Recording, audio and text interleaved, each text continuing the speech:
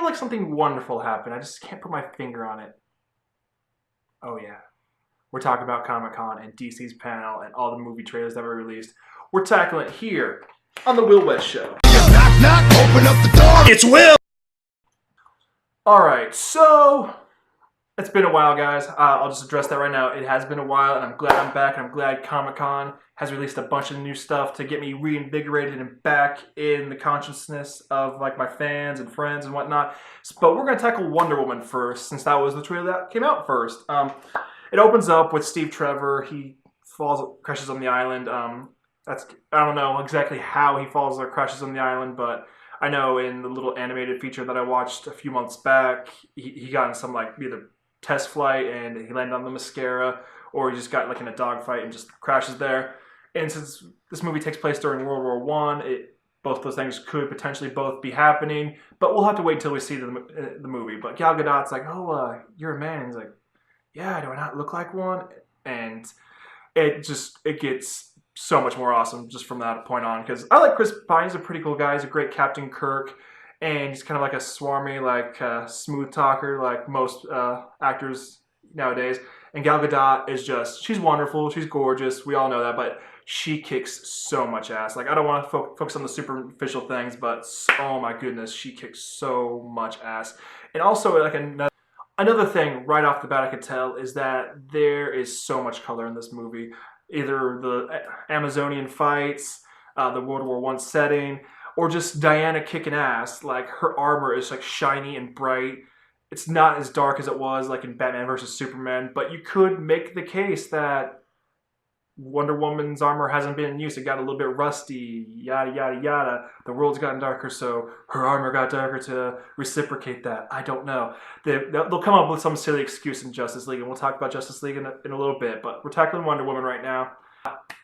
Just so much ass kicking. She's throwing her lasso, getting like some of the weapons, throwing them out, knocking someone out. This movie looks wonderful and sweet, and she looks beautiful, yada, yada, yada, but I can't help but notice that, and if nothing else, I hope Gal Gadot has been like taking lessons ever since her Fast and the Furious days, because she's got to like spearhead this movie. Like, yeah, Chris Pine's going to be there to be like a good supporting character, but the movie rests on Gal Gadot's shoulders, and it's her movie to make or break.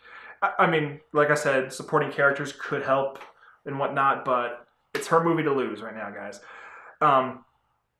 People are speculating that the one general she's going to assassinate when she's like all in that blue gown with the sword in the back might be Ares, which would make sense. Most of the stories I know, Ares is a big part. And in the New 52, she ends up killing Ares, spoilers guys, and becoming the god of war. So maybe that could be a plot line that's tackled in later movies, or maybe even this one. I'm not sure. But I'm pretty sold on Wonder Woman. It looks like it even has some humor and levity. There's a part where Chris Pine's introducing her to his secretary, and she's like, "Oh, I go run off and do things for him whenever he pleases." And she's like, "Well, from where I've come from, that's slavery." And she's like, "Oh, I very much like her." And he's like, "Ah, break it up, you two." I'm just like, that stuff was not in Batman vs. Superman. And yes, as much as I bitch about it, give me 1 second. But yeah, I ended up buying Batman vs. Superman, the Ultimate Edition. I haven't watched it yet, but when I do, I will tackle and do a review to see if the Ultimate Edition is better, because I've been hearing some great things. So that's got me more optimistic about this. And if nothing else, I have the building blocks of the DC universe, and I always buy the comic book movies when they come out. But now that we're done talking about Wonder Woman, and I did bring up the Dawn of Justice, let us tackle Justice League. Oh boy. I am so excited. Like, I know I'm a hardcore DC fan, and I try not to fanboy out too much, but I have not heard anyone talk much shit about this trailer, and that is a good thing. Like, everybody was talking shit about Batman vs. Superman, and now everybody's seeing the Justice League trailer, and they're like, "Whoa, I'm seeing that. I don't even care about Batman vs. Superman. I don't care if that was the building block for this. I'm amped. Let's see this." It starts off, Bruce Wayne goes to this village where Aquaman usually will feed the homeless and the poor, and Batman talks about the legends of Arthur Curry doing this. People are speculating that this village is Amnesty Bay or something of that sort, because that's Aquaman's main stake. I only read a little bit of Aquaman. I'm not sure if that place was featured in the run that I read, but Aquaman just like kind of looks like almost like a caveman, almost like Khal Drogo, turning around going speak, tell him he wants his pitch or whatever, and it goes from there. We get a little flashback of Victor Stone in his like varsity jacket. That could just be a flashback. It could be like a projection in his head. We don't know, and that's awesome. After that, we get Bruce Wayne sitting in Barry Allen's chair, and he's like, "Oh, I'm Bruce Wayne," and Barry's like, okay, I like how you think that's gonna just kind of explain away why you're sitting in my second favorite chair. And they brings up, oh hey, you're that guy, you're the Flash. Whatever's like, I don't know who you think you got. And then Bruce Wayne just like throws the Batarang, and Barry just seamlessly, just like Quicksilver, just goes, grabs the Batarang, and he's like, okay, like I'm in. I don't care. Like it's whatever. It's like really that simple. You're in? Yeah, man. I need some friends. So I hope to God that changed people's outlook on Ezra Miller as Flash, because I know a lot of people, some of my friends at Comic Relief Cast were hating on Ezra Miller really hard, and I think that scene alone probably changed the tune. And I know people at Comic-Con were comparing that scene to Tony Stark meeting Peter Parker in Captain America Civil War. It looks really fun. And Rick and Morty apparently make a cameo in there. Like they're on one of the Barry screens. People have really analyzed this too much. I don't know what Rick and Morty have to do with this. Maybe Rick joins the Justice League. How's that, Morty? What do you think, Morty? Oh, I don't know, Rick. I'm not really good at doing this voice. Oh my God. Yeah, Morty. Oh God. Oh, shut up, Morty. After that, we get Bruce and Diana having a little back and forth, talking about his like how it went with Aquaman, and she's like, "Oh, how'd it have to go?" More or less. He's like, "So, what'd he say?" He said no. Like just more levity and fun. Like this Dawn of Justice, and I think they're taking notes from Jeff Johns and from Rebirth. Like, hey, like we have to be lighter. We have to get to the core of these characters and be fun. Damn it! Like we got to compete with Marvel. We got to. Like we're the better heroes. God damn it! Like I feel like that's their mentality right now. Like be better than Marvel. Be fun.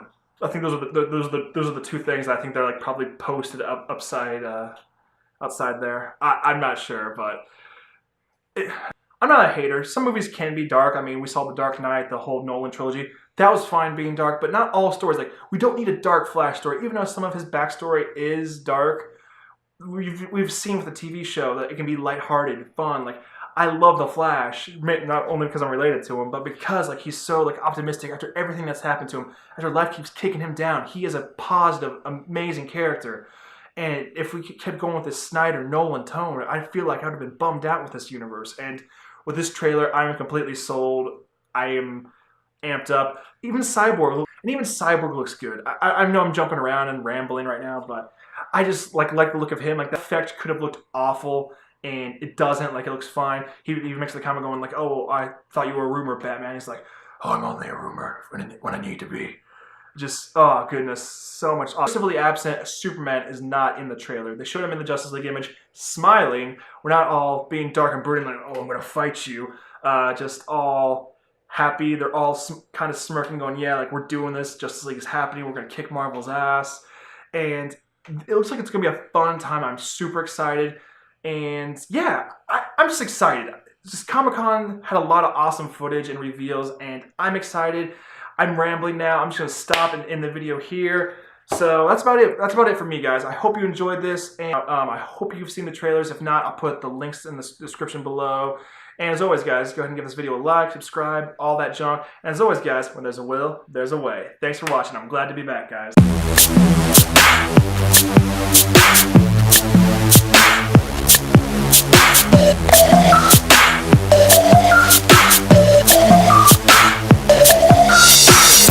A new dawn, a dawn of justice, if you will. Yeah, a dawn of dust. A dawn of justice. We're gonna redo that.